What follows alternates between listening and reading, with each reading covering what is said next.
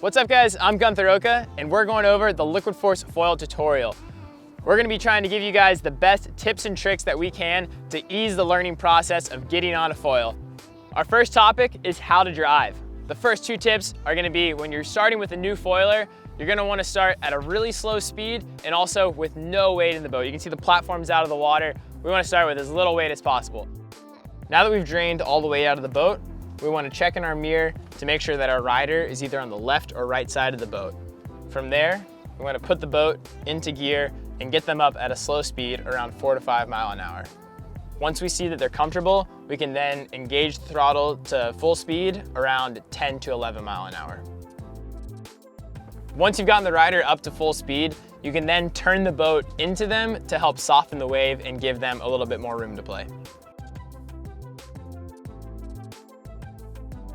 Knowing how to wake surf is a required prerequisite of foiling. Getting up on the foil is going to be very, very similar to getting up on a wake surfer, so it's definitely something you have to know how to do first. Couple tips for getting up on the foil for your first time is having the mast, which is this portion of the foil, positioned all the way back on the board or towards the tail of the board. This helps you keep a lot more weight over the front of the board, keeping the nose down for longer. When you first get up, it's important to have your feet centered in front of the mast, so keeping them here to keep that nose down for longer. When you're first getting up on the foil, it's super important to stay as low as possible and keep that center of gravity really low to the board. There's two different ways of getting up. First one is you can keep the board fully underneath you, under the water, like you would get up on a wake surfer.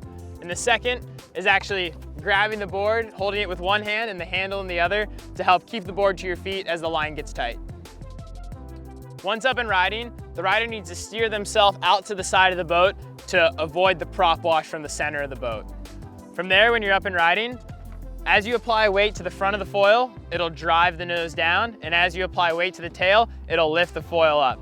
When you're up on foil, try to find a nice level spot to sit and be comfortable at. Now that you're up and foiling, two tips from here: keep your knees bent and try to avoid breaking at the waist at all. Also, keep your eyes up and looking out where you want to go. Don't look down. So now that we've gotten up on the foil, we want to work on controlling the foil and being in control as a rider.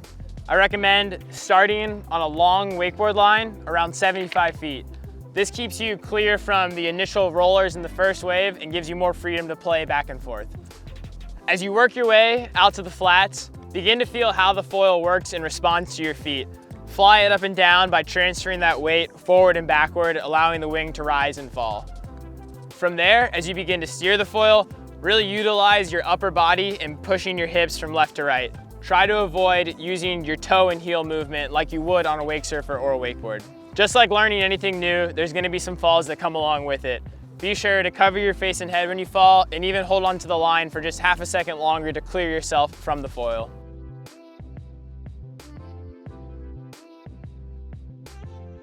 Now that you've got the long line foil figured out, it's time to dip into the second wave that you see rising up.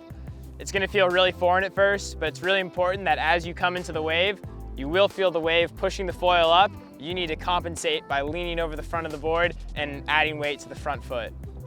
Once you spend some time in the second wave, you'll feel the line go slack, and that means you're in the right spot. Keep playing with that, and whether you decide to drop the rope or not, it's great practice for the first wave. Once you feel comfortable, move into the first wave, and that's when you can really feel the push of the boat. You also have a clear line of sight, similar to wake surfing, of where to be. As you ride the first wave, keep playing with the wing and finding the highs and lows of it, and if you feel comfortable, drop the rope and begin to surf the foil. I almost think it's easier to not use the rope and have your arms free to steer you and help balance. This is where your foil game really gets elevated, and it's a really great time to just experience this new feeling and begin practicing to make harder turns and bigger maneuvers. All right, that's the basics of starting to learn to foil and getting up. From here, have fun with it and be safe.